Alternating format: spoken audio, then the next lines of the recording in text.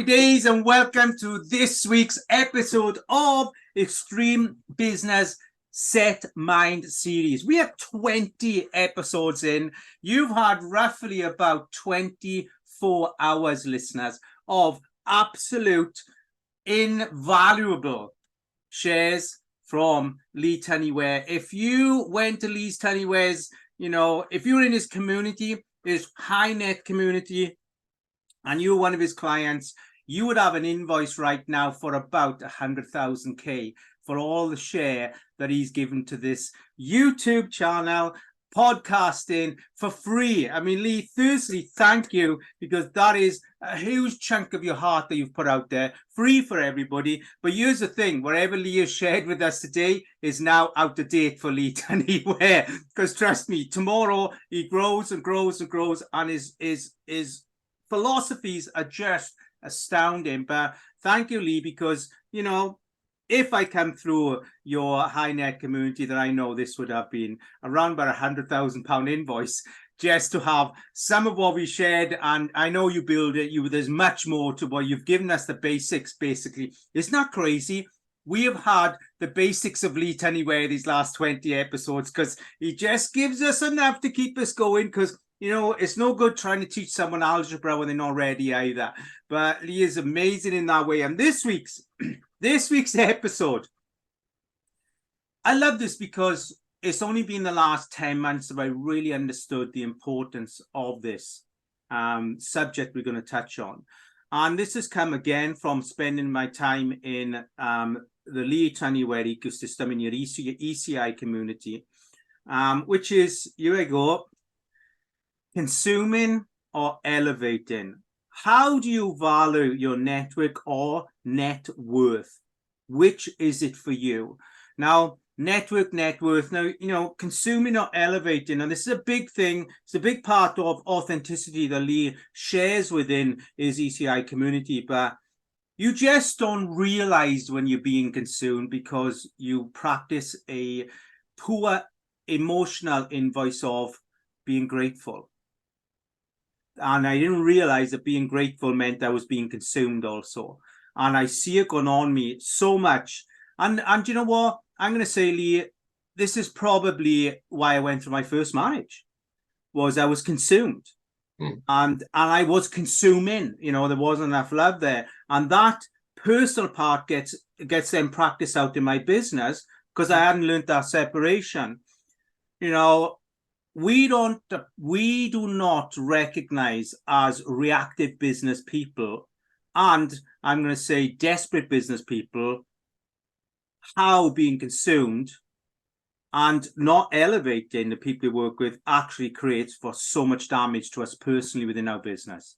What's your thoughts, my friend? A lot there, Paul.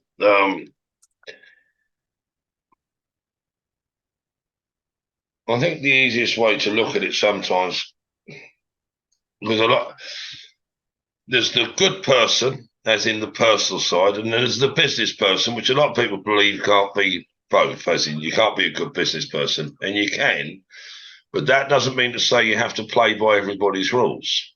Okay. A lot of people, if you don't show up and do what they want done, then that's a job. If you're getting paid a salary and they give you a list of stuff, as long as it's within the time frame and your skill set, then you should achieve it. Yeah. That might mean you're going from task to task with 10-second turnaround, but they're paying for your time. Yeah. You might want to do it at a less of a pace or whatever. It might be that your skills aren't at a level where you can do it at that fast pace. But what we do is a lot of the times is going to the blame, shame culture. So my boss is hard, my manager's hard, or whatever, and it's one of the industry standards that people don't leave businesses; they leave managers. But that implies all managers are wrong. So in the business world, yeah. But it could be that they're playing. A lot of people are very good actors or actresses, yeah. And they can say all the right things, do all the right things, and then you get a wake-up call, or they're just faking it till they make it. They ain't got the experience.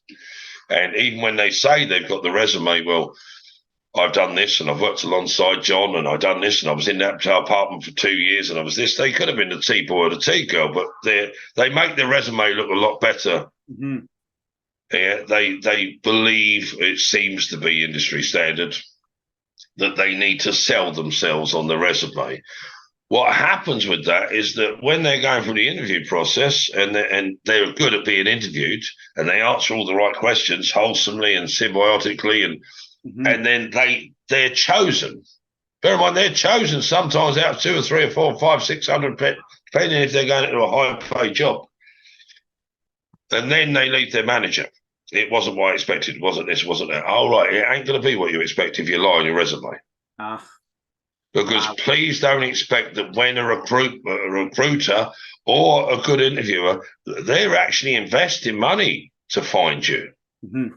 And then they find you or them or whoever, and then they don't like the job they're in because they probably added 10 or 20% to their resume, practiced their interview questions because they want that promotion. They want the salary.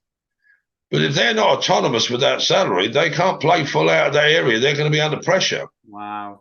So when we go into the mental health burnout side is what level of success are you? And are you pretending and faking to be something you're not and misleading, whether it's a form of lying, but let's say they're not lying, they're just trying to succeed. But they're not autonomous because they haven't got the experience. And to gain that experience could be 6 or 9 months or 12 months of feeling it. Because that's what experience is, feeling it. Wow, that's massive. Experience is dealing with the pressure. Experience is overcoming the feelings that say otherwise. Experience is personally growing. That's what experience is. It's not, do I know how to put a screw in a door handle? Yeah. Oh, yeah, I know how to do that. Have you experienced it? How do you mean experienced it? Have you experienced screwing the screw in? Yes. How many times? Once. Then you've had like the newbie experience. Can you do it with your eyes closed? Well, no, nobody can do it with their eyes closed. Oh, yeah. Can you do it with your eyes closed? Can you do it without thought? Some might call it muscle memory. And the reason being is because then if you can do it with your eyes closed and you go in at that level for your resume and you're totally honest, you're playing full out at a level, whatever level that is, and that other person, because bear in mind, the interview process, if everybody was honest with what they put on the resume or was honest of how they represented themselves, there'd be no need for an interview. It'd be very easy to choose. So true. I love the autonomous thing. You know, that word has been a kind of blurry word for me. I haven't really got the true understanding of what it is. But what we're saying here is, if you're not autonomous, you then become a consumer in life. In a roundabout way, you're a liar. Wow. And it's not seen like that in the personal development world. It's seen, well, fake it till you make it, feel the fear and do it anyway. Yeah, I get it from the personal development side, as in, well, I've got to push through my fear. Yeah. I've got to experience things I wouldn't experience because my fear or doubt or insecurity stops me. I get it from the personal development side. However, the personal development world has to see the interactive world they've created. They've created liars in the industry to fake it until they make it, but the other humans they're faking it in front of believe them to be true. That means they're going out lying. That's massive. And we've got an industry standard, of a toxic industry standard. You're the average of the 5 people you hang about, which means I have no autonomy of self at all. I can only be the average of the 5 people, which means, I mean, even when my only success level is how fast do I find a good average? Oh, wow. Which means I'm not personally going to grow. I'm only ever going to grow as well as the 5 people I hang about with. That's one. Fake it till you make it. I've got to become a good actor or actress, and as long as I can, And then they go into the world, and then they go, I've got a bad manager. No, did you ever think that you've been lying to your manager, pretending, acting, playing a part like Shakespeare, and when you got interviewed, how did you pass the interview if you weren't ready for success at that level? Can we put this to networking also? Same thing, same problem. Same problem in dating. So true. Although I've been punching above my weight for 20 years with my wife. So, Well, you know, you might say that. That might be a way of respecting your wife. Yeah, true. no, yeah, because that's a way of respecting your wife, but putting yourself down. Yeah, wow, Lee. That was a Because massive if you were insight. punching above your weight, my friend, if you're truly punching above your weight, you'd be on the canvas. Wow. Because when we're using a boxing metaphor in to justify our love life, Yeah. yeah, I don't punch above my weight. Yeah, I don't. Yeah, man, I've got a very good looking wife, very clever wife. I don't believe or in any way accept that I punch above my weight. Yeah, That I was really, believe that in a sense I attracted the right person for me. She attracted the right person for her. This comes back to something I said the other day. Behind every great man is a great woman. But is there a great woman behind every great? Is there a great man behind every great woman? You don't hear it. If it's wholesome and autonomous in life, it cannot be for one person, whether their sex, their color, their size, their shape. You cannot have double standards in any industry or in any areas in life. wow. And I don't care what excuse or reason you got, whether it's your size, whether it's your sex or whatever, you can't play double standards. It has to work both ways. Mm-hmm. So if the women are successful, is there a great man behind a great woman? But women can be successful, but men can't. I was successful long before I ever had a woman in my life, and I never had a woman in my life for about 6 or 7 years. Wasn't interested in dating. I was very focused. Yeah.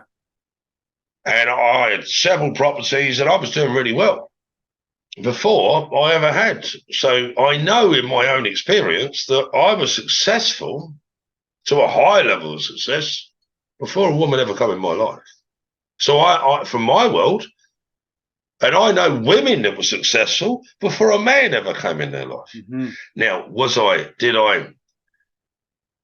did I become more successful, as in quicker? Now, I don't know whether that's because of experience or having somebody to talk to or having somebody to care about you. My success compounded really quickly when Ros and I got together. I don't know whether that's the excitement of sharing your life with somebody. I don't know. I don't know whether it was being able to talk to somebody and you trust them and they go, yeah, I wouldn't do that. And you go, right, why? And then you get, oh, right, no, sorry, that way. And you get a deeper perspective, and maybe a more rounded perspective. So there's some truth in it. However, and I'm not picking on women and men. I'm not trying to divide society in any way, nor am I trying to put women down and men up or vice versa. But these sayings, these myths we have, fake it till you make it, behind every great man there's a great woman. Yeah, I don't know whether they're true because I know great women that haven't got a great man behind them. If any, man held them back, and vice versa. Yeah. I've seen men achieve the ultimate and then have half of everything they've been took away from them. Wow. And and then they still go again, and the person who had the half goes down the toilet. When all the success isn't consuming somebody, as in I marry you, Paul, and now, yeah, brilliant. I've been successful because I married Paul. Is that all the ultimate success of my life, that I marry Paul and I become successful? That means when Paul leaves my life, yeah, I'm going to become unsuccessful. Do I only get my reputation from marrying Paul, whether it's a male or a female? Do I only have elevated success because now, especially if I'm good looking, better looking than Paul, or more intelligent than Paul, and Paul punching above his weight, then how does that work? That Paul was successful before I married him, and I had no success or very little success until I married Paul. And then when I did, I actually get elevated. Mm-hmm. I become more confident. And this is the problem, I think, is that when we start to play full out in somebody else's experience, in somebody else's life, and if we're not ready for it, we then can hold that person who's took us to that area of success toxic. Will you expect too much from me? No, this is the level I play at, really. I thought you were comfortable with that. So it doesn't matter whether you take it into life, as in personal, marriage, or whether you take it into I mean, You, is what you see, is that what you get? Wow. If so, and hear it the right, I mean, I'll really push it out there. Yeah. The fake eyelashes and the fakery in there, the spray tans and all that, there's nothing wrong with it, but why do we need, whether that's men or women, why do we need to dress ourselves up so well? Are we that uncomfortable with ourselves? Why do we have to dress our resume up? And whether it's too controversial, I don't know, but it is a truthful question. I was flying back from the UK yesterday, and as I walked down the plane, I like to see my environment, yeah? And 50% of the women I saw had fake eyelashes, yeah? And 50% of the women I saw didn't. The ones that look real, the ones that I would like to talk to, didn't have the fake eyelashes. Now, I'm not looking for a date. I'm happily married. But nothing wrong with looking good. And I'm not talking about women or men. What I am talking about is this faking it till we make it. Because when we feel that we have to do these things, now, if we're choosing to do these things and that's what we want, then we're playing a totally different game. Now we're within our own autonomy. If we're doing it because we can't go out and be ourselves because we're worried about how other people will look or judge us, that isn't autonomous. That's anxious.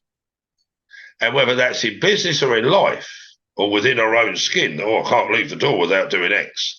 Yeah. I don't get it, and I'm not putting anybody down about it, but I will say this, that we have to take an audit on it. We have to be within our own skin, comfortable with who we are. We've all made mistakes. We've all got it wrong. We've all let ourselves down, me included. But at some point, we have to realize that being present is being autonomous. Wow. Being respectful is being genuine. Being respectful to the person we're interacting with is not lying or faking. Being true and honest is, I haven't got the experience of screwing the screen. I have a fair idea. I've got my business masters, got this, got that. I have no real world experience in your industry. However, if you look at my record, you'll see that I'm a very quick learner and I can adapt. I also done ballroom dancing at a high level. I've also played volleyball at a high level. And they go, why? Because an interviewer wants to know that, can you play in a team? Can you be reliable? Can you show up? The best reference I want is from your coach. If I want a reference, I don't want a reference from your last manager who might be getting rid of you, but giving you a good reference so they can get rid of you. I want to talk, are you involved in any teams? Did you play football or rugby at a young age? Yeah, why rugby? Oh, brilliant. You played rugby. Yeah, I won't say it like that, but in my head I think, why? Because they can take the resilient, they can take the knocks. They ain't, you see a footballer on the field, you get some nudge on the foot, like by somebody else's football pitch, they're down on the ground. See a rugby player, blood, snot, everything, all over them, and they get back up and go to the ball. Who do you want to work with? Do you want to work with somebody that plays golf at the weekends to relax because they've been wound up all week? And there's that individual, they only hold the 19th holes in the bar where they get involved in the team. Tennis players that want to be out to beat everybody. Or do you want to be on the court with like a basketball player or a football player, where they can work as a team? There's different levels of grit and resilience. The point is that when you go to a resume, if you've got in your past any team activities, anything that required commitment, show it on your resume, because I guarantee you, if you've got somebody that's interviewing you and they know what they're doing, they're asking everyday questions that will sound like just a conversation, personal questions, and what they're looking for is, are they like, can they collaborate? Can they support? Have they got resilience? Will they show up? Because how many people do you think wake up in the morning and want to stay in bed? Yeah. How many team games did you miss? I've never missed a team game. Oh, you're a football supporter, yes. You might play football. You might be a football supporter. You think, what's that got to do with my resume? Oh, a lot. Can you support from the sidelines? Not everybody's going to be a star player. Yeah. And you need the supporters, otherwise you ain't got no star players. So sometimes in a team, and whether that's in a family, so for example, punching above your weight, is sometimes you might be lucky enough. Lucky might be the wrong word. That could be heard disrespectful. When you're playing, if you are punching above your weight to the outside world, there must be something about you for that person to be with you in the first place. That could be your honor, your integrity, your support. There's a load of reasons, and they could have chosen anybody, but they chose you. And if they're a smart person, they ain't chosen you because they're playing under their weight. They're chosen you because you got the piece that no other human they've met had. Wow, And I love that, Lee. Yeah, because you've got to see it works both ways. So in the success world, you could be married to Tom Jones, so you could be married to whoever, and that person's the star to everybody else. Yeah. But the piece they need the most is the piece you give them. That's what makes them autonomous. So there's so many different ways. Go on. And that has made me look so closely at my statement that I make, is which I'm happy punching above my weight. But let me come back in. I want to, for the last sort of 10 minutes we have here. Now, here's the thing. Network and net worth. These two words have been sort of, I've been tandem in conversations with me for the last sort of 10 months. And we're talking today about consuming or elevating. I'm going to put a number there, and I have no doubt you're going to come in and chop it up in the right way, because mine is a guesstimate. I guesstimate that 80% of networking is consuming, and 20% actually has net worth value. I'm being generous here in the sense of I could even go as high as 90%. From my 20 years of experience in my 90% of my networking, I have been consumed as an individual. And maybe if I'm being authentic, I'm going to say I've gone in there with consuming thoughts also, which is got to make a sale. I need to sell to you no matter what. Where do you feel? Now, you run a very powerful networking event called the ECI. It's more than networking. It's a whole academy of business learn and self-learn. Where do you feel the ECI would sit in that, with that measure of who you feel is networking, consuming, not for who? What sort of number do you think? And this is a big one, because this is your baby. This is your baby. Well, I think what the problem is most times, regardless of which networking it is. And if I've gone out to tone you, where you say, Paul, don't be honest. No, you're fine. People need to understand what networking is. It's nothing to do with selling. It's nothing to do with selling. And networking is nothing to do with the person that's in front of you. And it's newbie stuff. And you'd be surprised that I know people that would say they're very good networkers. And I would say they're in kindergarten when it comes to networking. Yeah. And I mean, people that should know better, and all they're very good is at social selling. That's not networking. Wow. That's controlling. Just because it works, social selling. Yeah. And I mean, it's the absolute, it's the poison to networking. Wow. Yeah, and they want to have all these one-to-ones, and the problem is when people go, if you really wanted to hit and run here with a wet fish, the people that leave these networks and go, it didn't work for me. And you know that the system works, whether it's mine or BNI, whatever, they're the biggest red flag of all. They're the biggest red flag of all. And then they go and look for another network and they do the same thing and they come, it didn't work for me. I'll translate that for you. The members never bought from me. The members never bought from me. Yeah. Did you make any friends in me? Oh, yeah. I made loads of friends. I still talk to them now. All right. But that is what the community was. Did you make any friends in there? None at all. All right. Yeah. There's a reason for that, see? It ain't the BNI or the ECI, whatever it is, it's you.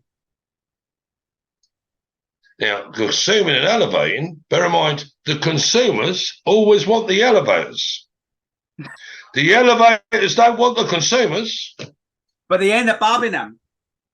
Well, no, because then when they put a stop on it, when they go, oh, now I can't do that, the consumers think the elevators are talking down to them, or no. There's only so many people you can take on an elevator. You go on an elevator today, it says sign 5, 6, a dozen. Yeah. Yeah, same as an elevator. If you want elevating, it's only so many people can get in the elevator. It's only so many people that can help you. And if you want to go to floor 50 and you're only at floor 2, you can't ride that elevator for 48 floors. That one person, because if you do, you're actually consuming them at a very high rate. Oh, wow. And that, yeah. So, and this one-on-one, one-to-one. Yeah, I mean, the amount of times I hear it in the networks I work with, one-to-one, it's a business meeting. It's not a chit-chat, but you need to build a relationship. If you haven't got the relationship, you haven't got a community. But how many meetings do you need to have to be comfortable with another human? And then you've got to marry those two up. So Paul might say, well, I need 3 meetings to get to know somebody. Fair enough. And let's say Lee needs 6. So now Paul is running, and which ones are now? We're very similar, because sometimes we can elevate each other and be at the same level. Yeah. I can pull you to one floor, you can pull me to another. What some people do when they get to floor 20, they don't want to reach down and pull up the others. I ain't got time for that. I mean, I'm trying to run my business. I ain't got time to elevate anybody. I ain't got time for that meeting. Do they realise what I've got to go on with and do? All right, but you're happy to consume, but you're not happy to support. That's a consumer. See, somebody getting elevated up is not a consumer if they elevate up. That's an ecosystem. Yeah. But somebody take, and as soon as they've, well, so I've got the bit from Lee, right, I'll go to Paul now, take, and I've got the bit from Paul, and you know them, you'll know them, because they're talk about the last one they consumed. That's such a realization. You think consuming comes from, plain selfishness, self-doubt, low worth? When we consume, no, entitlement. I mean, that's the easiest word. Entitlement. Yeah. But no community is going to do it for you if you can't do it for yourself. I mean, you go to Sainsbury's or Tesco's or Walmart and walk in the shop with your list, yeah, and stand there. You can stand there all day. Somebody might come up to your security and go, "Can I help you, sir?" "Yeah, I'm waiting for this list to be fulfilled." Well, you get the shopping basket there or the trolley and you walk round the aisles and you put it in, and then you bring it to the checkout. You either self-checkout or you go to the checkout and they run it through and they bag it. And if you do it on aisle 10 there, they'll take you to, because if you've got a disability or whatever, they'll take it up to your car for you. Some people come into a network and they're emotionally disabled. They're business disabled. What I mean by that is they don't know, they think it's the answer, but they're not willing. They go, well, I've had this happen, I've had that happen. In other words, they can't do it for themselves. Yeah. And I mean, the point of that is, at some point, you have to take off your disability, that you can't do it. I'm no good at maths. I'm no good at this. I'm no good at that. Stop being a victim in your own life and start realizing that regardless of what supermarket you go to, they ain't going to fill the trolley for you. And if they are, you ain't going to be paying those sort of low-end membership. If you want somebody else to deliver success for you from their experience and deliver you a 50 or 100 grand a year referral, or you're going to have to play full out. You're going to have to do something. You can't expect somebody to go and give you their relationships, because that's networking. Yeah. And just fake it on the surface, because as soon as they put you into their network, so for example, you and me, look at the people you're interviewing and networking with. Yeah. And you might think, well, I've done very little to get there. Oh no, you paid the price for success already. You're not a consumer. Because you weren't a consumer, I could open doors very quickly for you and put you into like key parts of my network. where you're mixing with lords or top high worth individuals. So, but then others might say, well, you did it for Paul. How come you won't do it for me? Because you ain't ready. And if I put you in there, there's a total different level of communication, accountability. Yeah, there's a totally different level. And the people I connect you with, yeah, some might get something off you. I don't know. I didn't connect them with you for you to buy from them or them to buy from you. No, I put you in an ecosystem. So when you're ready and you know exactly what you want, or you already know what you want, I've never asked you what you did in there.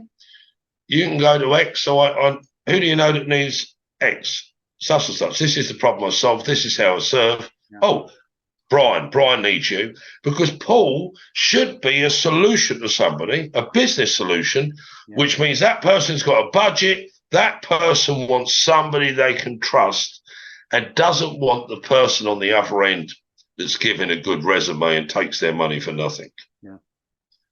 Whether it's a JOB or whether it's in a network, if you're not showing up autonomous, now autonomous doesn't mean coming with your drama.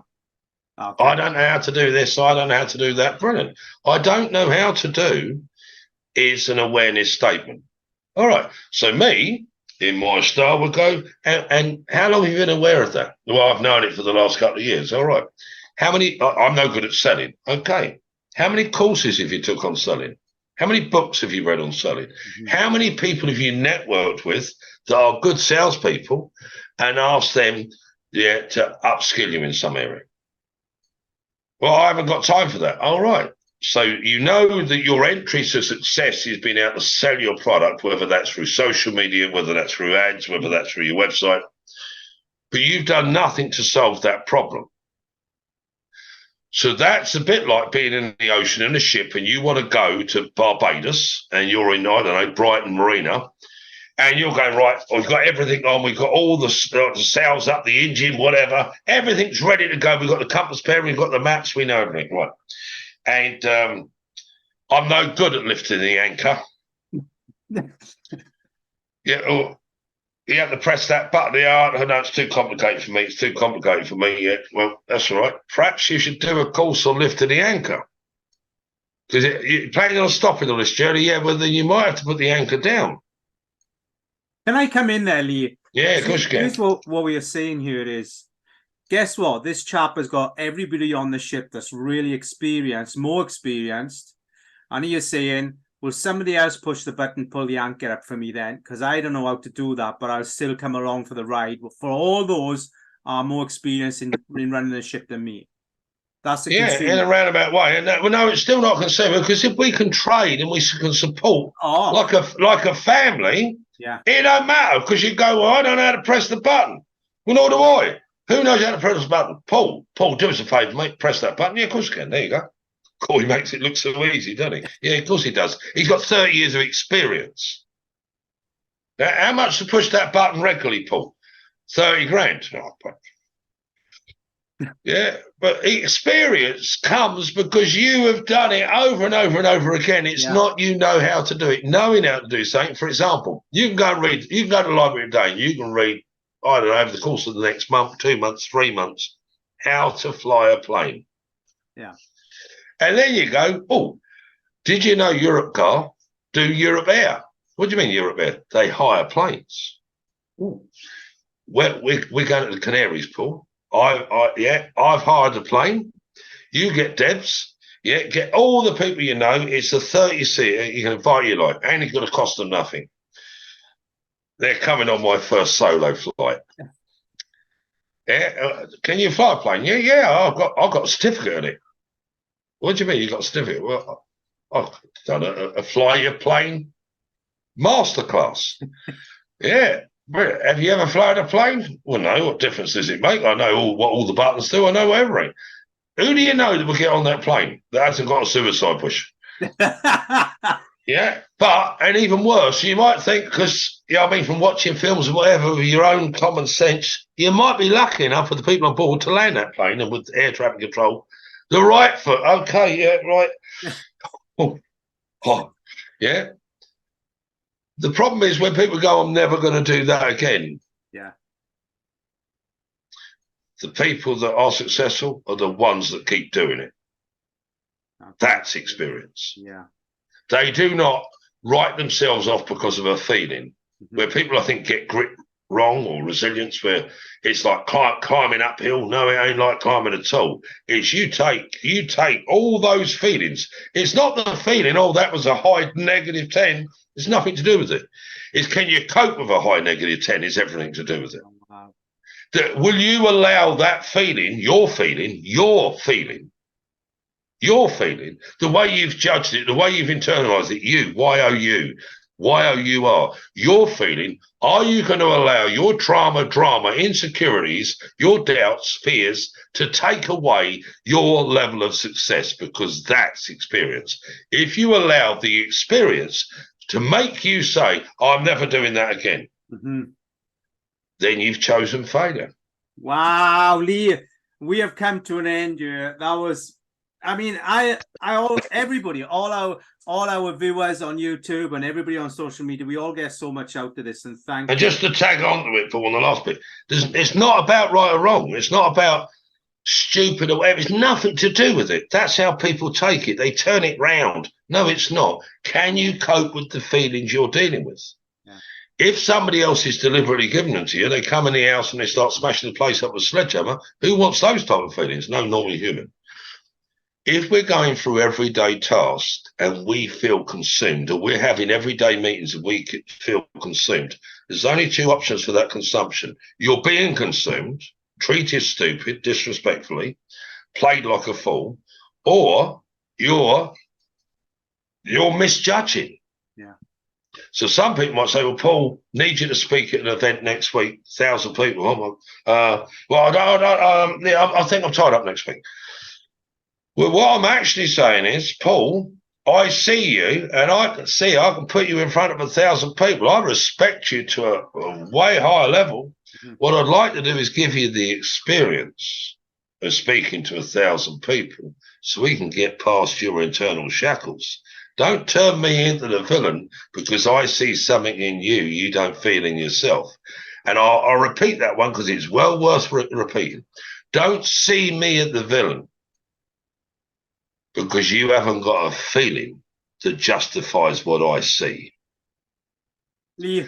And don't turn my special bit that I see into you into toxicity because you don't feel it in yourself. So many different ways you can take it. Lead anywhere, what a call. Everything you do will come from you. If you're not getting it, guess who's controlling it? The common denominator is Y-O-U. It's beautiful. And it can change in a heartbeat, mate. It can change in a heartbeat. And I know you love this one. I know this one was close to your heart, too, certainly close to mine. Thank you so much for what is another beautiful share from the heart, soul, mind of Lee Tannyware and everything. You know, you'll find Lee on LinkedIn. He runs the ECI. I mean, plus a ton of other stuff. You'll find him everywhere. Reach out to him. And just one last bit, Paul. Let's go for it. Yeah, is that we are so certain that you can be successful. Yeah, we're so certain that we're already paying it forward with content like this. So if anybody hears it as in, I'll deal with your trigger, because that's your barrier to entry to success. If anybody hears what I've said in a disrespectful way, I would be firm and accountable. Life is. But if you hear it in the wrong way, do me a favor, make a note. What do I feel about myself that wants to make Lee Tannyware my enemy in my head? Because I'm nobody's enemy. Every single person isn't entitled to success, but every single person is able to get success. Right. What a beautiful end. Viewers, of course, don't forget, like, subscribe. Any questions, put them in there. Reach out to Lee, myself, LinkedIn, Facebook. I'm everywhere as well. Until this time next week, what amazing extreme business set my series with the Lee Tannyware.